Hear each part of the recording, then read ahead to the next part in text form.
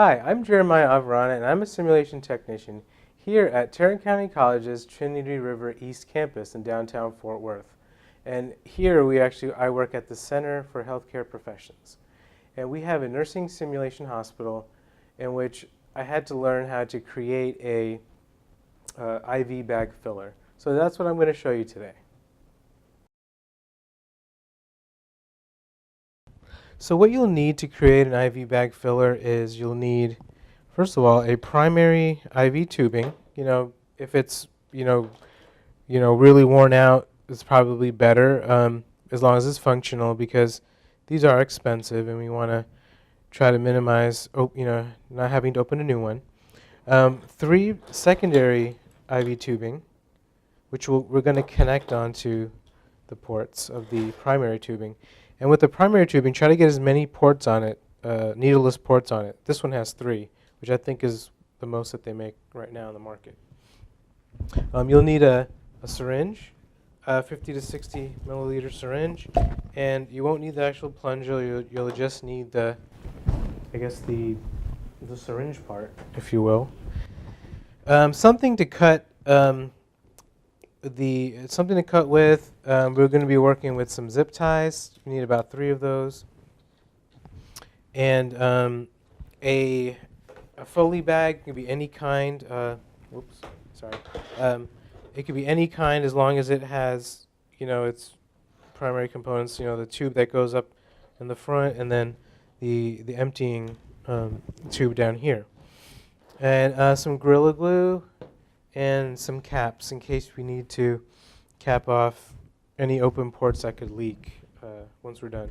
And if you have these NASCO supply bags, you can use them instead of a Foley bag if you don't have them. The reason why I use the Foley bag is you can get up to 2,000 milliliters instead of 500, so less. You don't have to fill it as much. But for this demonstration, I'm going to use the Foley bag.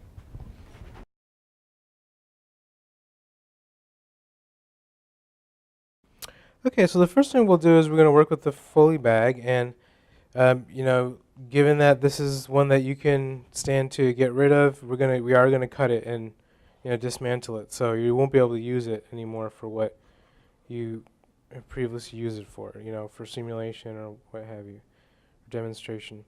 So we're going to cut the tubing on the top, like so. You can use a scissors or whatever, something to cut with, and we're going to get rid of that. So you got this open, and then on the bottom we're going to do the same thing. We're going to actually just cut off here where this rubber material is, and we want to keep a little bit. Don't cut too close to the end there, because we're going to use that to make a good seal on our tubing that's going to come off of that. So that's what you got here. You got cut here, not too close, and we cut off here. You can just leave a little bit of a space there, and then we got our hook, which is going to help us to hook this onto on an IV pole is what I usually hang it on.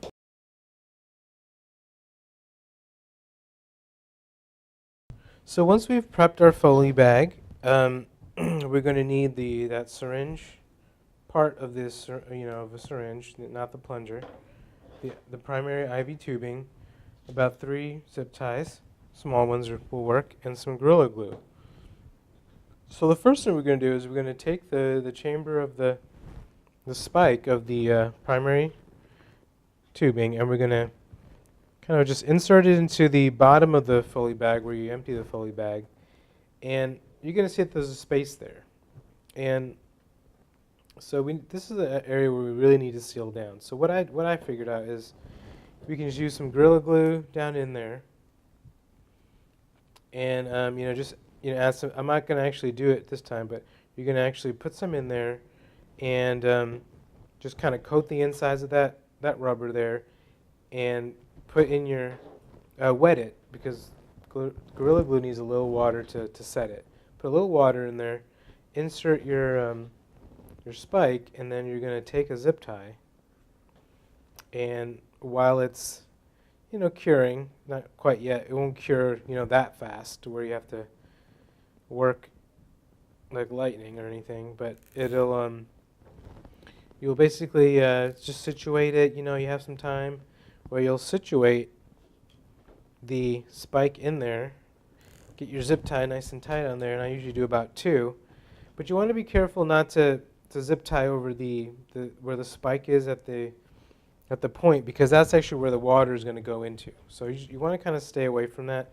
Maybe here, and then one right over where the rubber meets the chamber component here. I was going to say rubber meets the road, but that wouldn't make sense. Not would it? All right. So so I got about 2. I got 2 zip ties on there, pretty tight. And you know, this part this step you're just gonna, you know, you're gonna let it cure, and it may take, you know, about an hour. Give it an hour or so. You know, let it go. You can go work on something else, as we all multitask every day. And but what you could also do while this is, you know, just initially setting is you take your syringe and you just insert it in the top of the Foley bag. And I didn't see the need to do Gorilla Glue on this. Zip tie is usually sufficient, so I think I've used 1 or 2 on this. You can be the judge of that, but as long as you get it nice and tight, 1 I think should do. 2 is always better. So I'll just go ahead and put that on the top here. And, you know, just once again trying to get it maybe towards the top of the tube that comes out, so that you can really, you know, secure that syringe in there. And then you can go ahead and use a snippers, some sort. You can even use scissors to just get rid of the excess zip tie that you've used. And they make something that actually cranks down on the, you kind of ratchet the zip tie down, and then it actually cuts it off nice and clean. I don't have one of those yet, but it's on my wish list. So so there we are. We're almost there now. What we did was we got this glued with some Gorilla Glue and wetted it, and then put the zip ties over it, and we're going to let that dry. We put our syringe on the top part of the Foley bag, zip tied it down, and we have our primary tubing here. So we're just going to let this dry, and then we'll come back to it.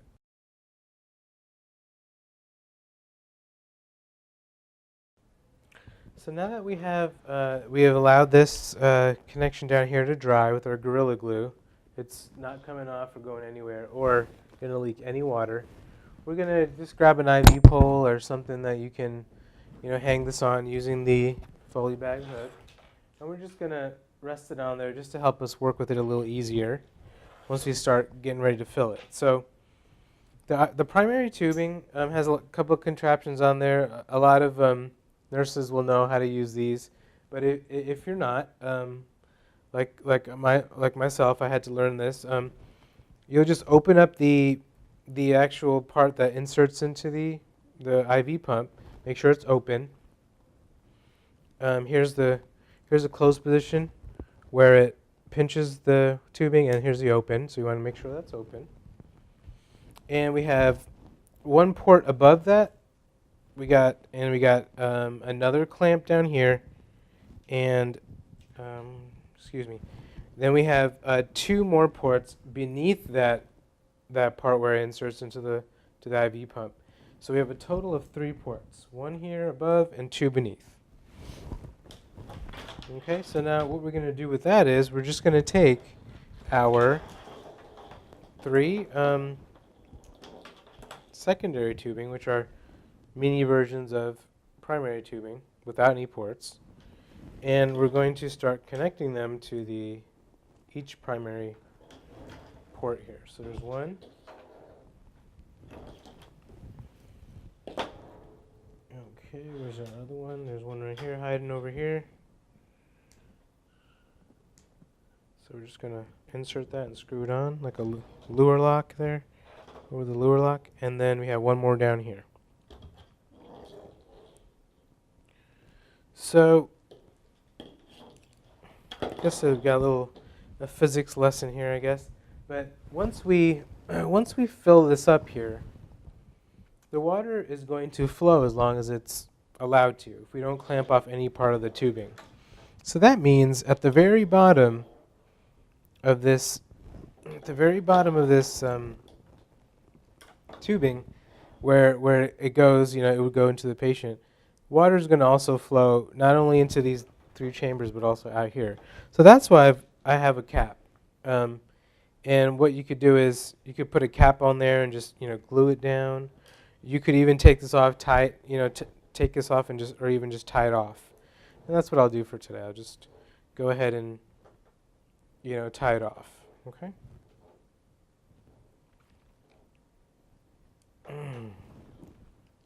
Just go ahead and just really bear down on it and knot that off.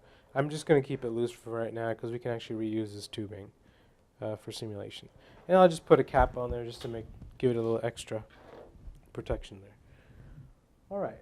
So now we're gonna the next step will be filling the IV bag filler.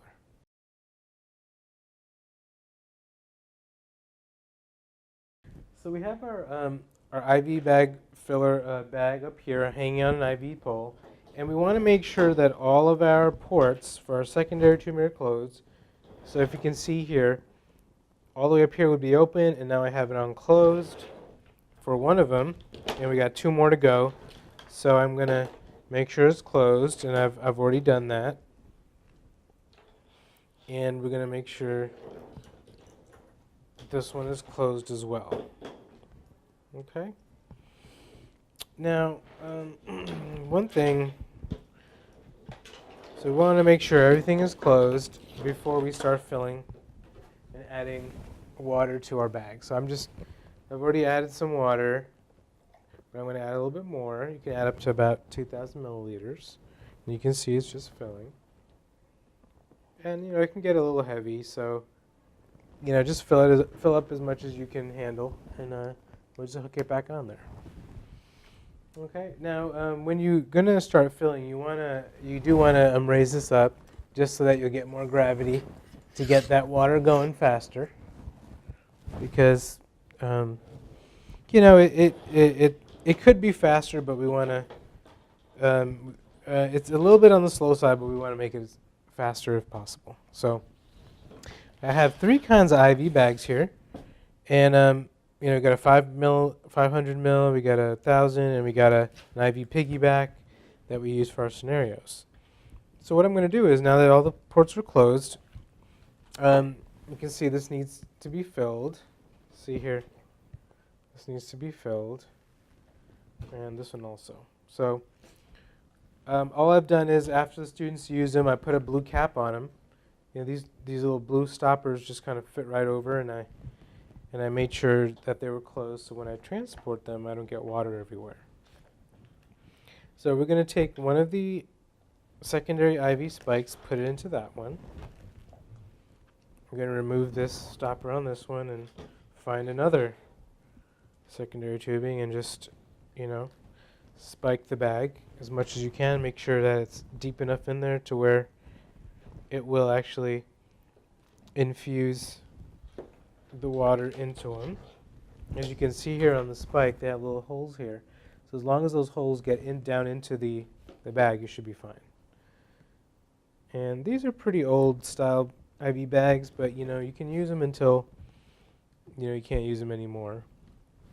And you'll know when it's ready to change that out. So now that we have them all connected, we've got our IV bag up, we're going to start opening all the ports.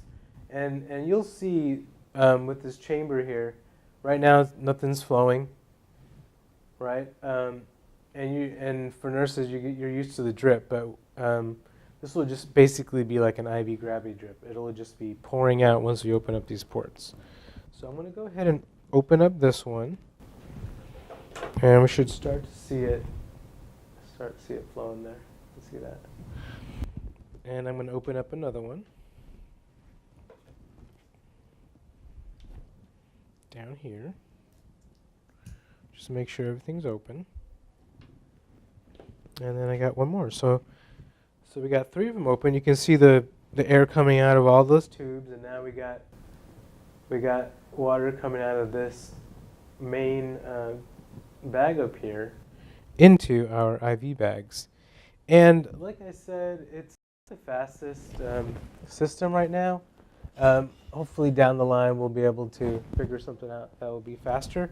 But what I can say is you can modify it. You can add more ports. You can create a couple of them and just have them raised and filled and just start connecting bags to them. And before you know it, you'll be able to fill IV bags and reuse them and save your department money. So something like this typically will take, if you just go and step away, maybe 5 minutes. It'll, like I said, passively it'll fill up all these bags. So, and after you're done filling, you'll just remove, close your clamp again and put your blue stopper on there, and you're ready to go. You can restock your little supply room.